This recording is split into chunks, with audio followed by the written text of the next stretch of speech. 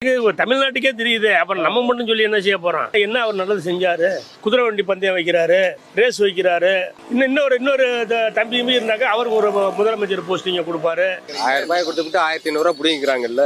எதுல விலைவாசி ஏற்றம் இல்லாம இருக்கு? விலைவாசி எல்லாம் ஏறிட்டு தான் இருக்கு. கரண்ட் பில்லும் ஏறுது. அறிவிச்சதெல்லாம் முன்னால ஒரு மாசத்துக்கு ஒரு மாதத்துக்கு ஒரு கட்ட சொல்ல எலெக்ஷன் நிக்கிறப்ப மாசம் கட்ட சொல்லி சொன்னாரு. ஒரு மாதத்துக்கு ஒருக்கா நீங்க கட்டிக்கங்க, உங்களுக்கு கூட வராதுன்னாரு. இப்போ அவர் அதையும் செயல்படுத்தாம மேற்கொண்டு ஏற்றிட்டார். முன்னால 500 கட்டின இடத்துல இன்னைக்கு 1000 1200 1000 கட்டின இடத்துல 2000 2500 கட்டுறோம்.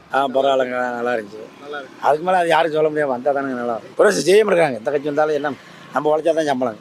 இந்த முதலமைச்சர் வந்தது இந்த 50,000 தாலி தங்கத்தில் எடுத்துட்டாரு. அவர் செஞ்சது இப்போ 2 பொண்ணுலையும் நான் கஷ்டப்பட்டு சும்மா கடன் வாங்கி கட்டி கொடுத்துருக்கேன். அது எதுக்கு 1000 ரூபாய் என்ன ரொம்ப நேரத்துக்கு கல்யாண செலவுக்கு 6 பொண்ணு தாலி கொடுத்ததெல்லாம் வேஸ்ட்டாக போச்சு. அதை தானே திட்டத்தை எடுத்தாரு.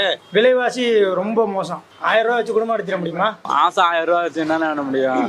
சர்வீஸ் எல்லாம் விவசாய சர்வீஸ், கரண்ட் பில் எல்லாம் எல்லாத்தையும் ஏற்றிட்டாங்க. 1000 ரூபா கொடுத்தா லேடிஸ் ஏற்றவே மாட்டாங்களே ஃப்ரீ பஸ்ஸில். அதுங்க 1000 ரூபா கொடுக்காம நீ காசு கொடுத்து ஏறலாம்னு சொல்லாமல அவங்கள கொடுக்காமலே நீ இந்த ஃப்ரீ பஸ்ஸை நிப்பாட்டி ஏற்றலாம்ல. ஒரு அம்மானத்தை உழுவப்பிட்டாங்க 2 நாளைக்கு முன்னாடி. நீ கண்ட்ராக்ட் நிப்பாட்டவே இல்லை, விசிலும் அடிக்கல, டிரைவர் பாட்டுக்கு மூவ் பண்ணிட்டே போகிறாங்க. 1.5 மணி நேரத்துக்கு ஒருக்கா தான் பஸ் இங்கே கீரனூருக்கு நிப்பாட்டி ஏற்றலை. அந்த அம்மா ஒடியாடுறாங்க, பஸ் மூவ் பண்ணிகிட்டே போகிறாங்க.